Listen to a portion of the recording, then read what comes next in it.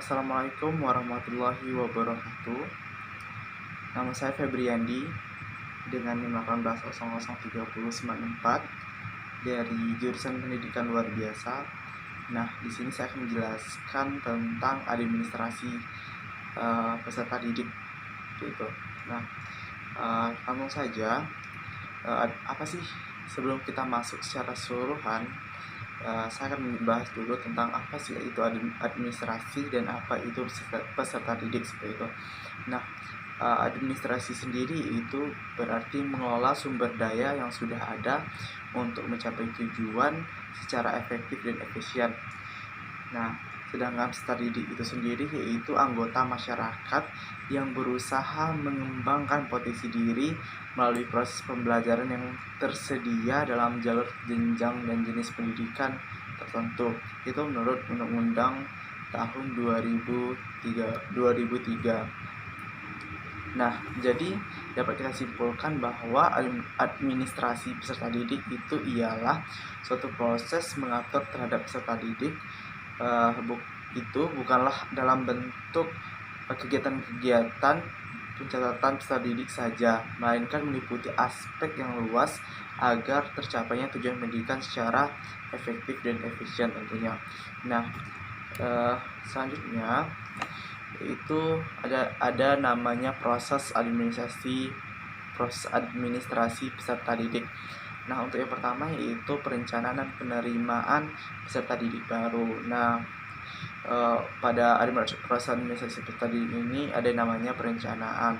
Nah, sebelum melakukan penerimaan itu ada namanya perencanaan, yaitu sekolah menentukan berapa sih siswa yang akan diterima, peserta didik akan diterima di suatu sekolah atau di suatu jenjang pendidikan seperti itu. Nah, terus mereka melakukan penerimaan peserta baru. Sudah ditentukan mereka menerima berapa peserta baru yang akan mereka terima seperti itu.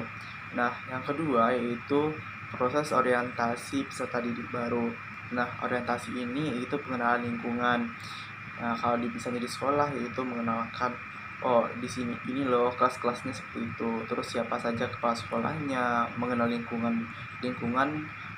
mengenal lingkungan yang ada di lingkungan yang berada di sekitar di jenjang pendidikan tersebut. Misalnya di SD berarti mengenal, di SMA misalnya berarti mengenal semua yang ada di SMA tersebut seperti itu.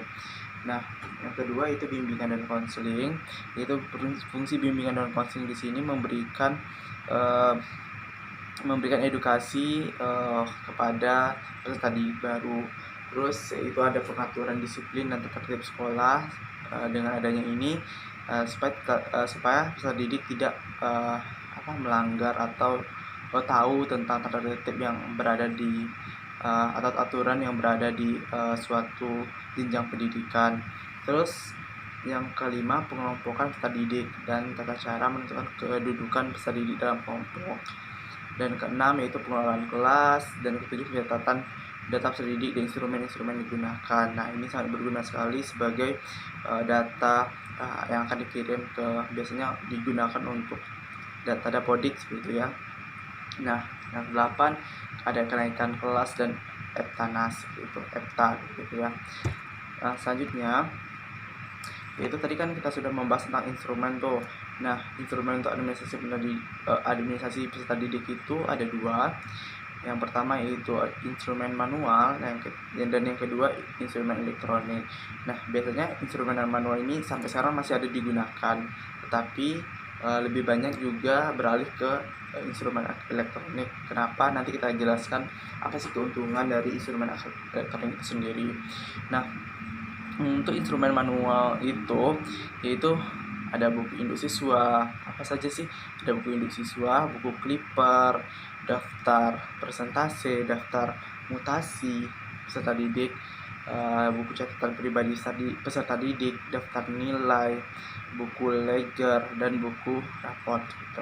Nah, sedangkan untuk instrumen elektronik itu yang udah banyak digunakan di sekolah. Karena apa? Dengan media elektronik itu supaya tidak mudah hilang atau tercecer, lebih efisien gitu, tidak Kalau secara manual kan dia akan banyak gitu data-data yang terkumpulkan, dan itu bisa saja hilang atau bagaimana. Kalau dengan elektronik itu bisa jadi lebih efisien, tidak menggunakan, dan bisa mengirit juga kayak gitu. Lebih banyaklah keuntungan yang menggunakan elektronik. Nah, apa saja isi dari instrumen elektronik ini? Yang pertama, buku induk siswa, buku clipper, daftar mutasi peserta didik, buku catatan pribadi peserta didik, dan daftar nilai. Nah, ini mungkin tidak jauh beda dengan manual isinya, karena tadi ini instrumen elektronik ini lebih ringkas saja, lebih aman kayak gitu. Dan kalau diminta pun bisa langsung diberikan, bisa file bentuk apa kayak gitu. Nah, lebih efisien, lebih bagus gitu. Nah, tadi kan saya sudah jelas sedikit menyinggung kelebihan dari instrumen elektronik. Nah, instrumen elektronik itu dia lebih cepat, terus lebih teliti, kapasitasnya lebih besar juga, kemampuan mengulang yang bagus, dia mudah mengupdate datanya dengan cepat gitu, mempermudah untuk mengirim dan menerima data. Selanjutnya, apa peran guru dalam administrasi peserta didik? Yang pertama, guru ikut terlibat dalam administrasi didik, terutama pada kegiatan.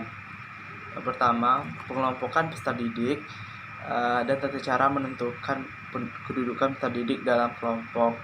Yang kedua, pengelolaan kelas. Yang ketiga, kenaikan kelas dan anak. Nah, itulah tugas guru dalam peran guru dalam administrasi peserta didik gitu. Mungkin itu yang dapat saya sampaikan, yang saya jelaskan untuk hari ini, dan saya ucapkan terima kasih. Assalamualaikum warahmatullahi wabarakatuh.